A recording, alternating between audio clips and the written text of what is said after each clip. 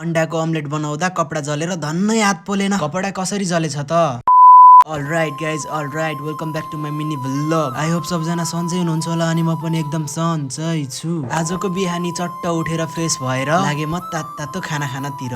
चिङ्गम सर्के चङ्गुट से बच्न बरु पसिबल होला, तर म भात खाने बेलामा लुसीसँग बच्नलाई पसिबल छैन है। दिन्न भन्दा पनि खुट्टै ढोक्छ। यति त भोट माग्दा पनि नेताहरूले खुट्टा ढोक्दैन होला। एनीवेज, खाना खाएर रेडी भएर चल्दै म पसलतिर। पसल जान लाको भन्छ, 5 जना बोकेर कहाँ जान लागेछ भनेर कन्फ्युज हुनु भएको छ भने हेरलाई पनि स्कुलसम्म छोडिदिएर लागे म मेरो पसल यानि कि मेरो अफिसतिर। जहिले यसले आफ्नो पसललाई अफिस भन्छ भनेर भन्नुहुन्छ भने के गर्नु त साथी हो, पढेर अफिसमा जागिर खान सकिएन। त्यही भएर आफ्नो सानो पसललाई पनि अफिस जस्तै मान्ने गर्छु मैले। त्यही भएर मेरो पसललाई मैले अफिस भनेको हो। अफिसमा पनि पसलमा जस्तै 9 to 5 नै काम गर्ने हो क्यारे, र मैले पनि मेरो पसलमा 9 to 5 नै काम गर्छु। अफिस र मेरो पसलमा केही फरक छ त साथी हो? कमेन्ट बक्समा कमेन्ट गरेर भनिदिनु होला। यदि हजुरहरूले टिकटकमा भिडियो हेर्दै हुनुहुन्छ भने फलो गर्न चाहिँ नबिर्सनु होला, किनकि हामी 2000 फलोअरको निकै नजिक छौं। आशा गरेको छु हजुरहरूले 2000 फलोअर पनि चाँडै पुर्याइदिनु हुन्छ भनेर।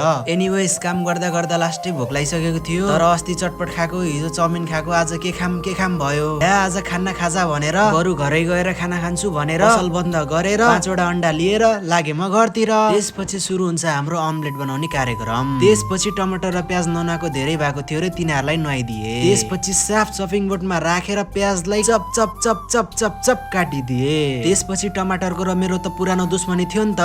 टमाटरसँग दुश्मनी किन भन्नुहुन्छ भने अस्तिको पालि यसको भाउ बढेर मेरो मुट्टु कामेको थियो नि त। त्यही बदला पुरा गरेर लसुन र खुर्सानीलाई पनि हालेर त्यसपछि ग्यास बालेर मेरो अल टाइम फेभरेट कालो प्यान बसालेर त्यसमा शुद्ध सनफ्लावरको तेल हालेर तेल तातिसकेपछि अन्डा हालिदिए। अन्डा हालेर एकछिन पकाइसकेपछि एक साइड पाकिसकेको थियो, अर्को साइड फर्काउँछु भनेको त कपडै जलेछ। कपडाले चाहिँ किन समातेको भन्नुहुन्छ भने यसको समात्ने कुरा चाहिँ भाँचिसकेको थियो, त्यही भएर नेपाली जुगाड लाएर कपडाले समातेको। झन्डै हात पोलेन। त्यसपछि पकाइसकेपछि त आफूले चाख्नै पर्यो। चाखेको मिठो मिठो मिठो भएछ। त्यसपछि खाना हालेर बसे म खाना खानातिर, र खाना आज एकदम मिठो भएको थियो। यति भन्दै आजलाई यति नै। होप गर्छु हजुरलाई यो भिडियो मन पर्यो होला। यदि भिडियो मन पर्यो भने लाइक, कमेन्ट, शेयर, सब्स्क्राइब गर्न नबिर्सनु, र मेरो प्रोफाइलमा देखेको प्लसको बटनलाई पनि राइट बनाइदिनु। म हजुरलाई अर्को मिनी भ्लगमा भेट्छु। By by.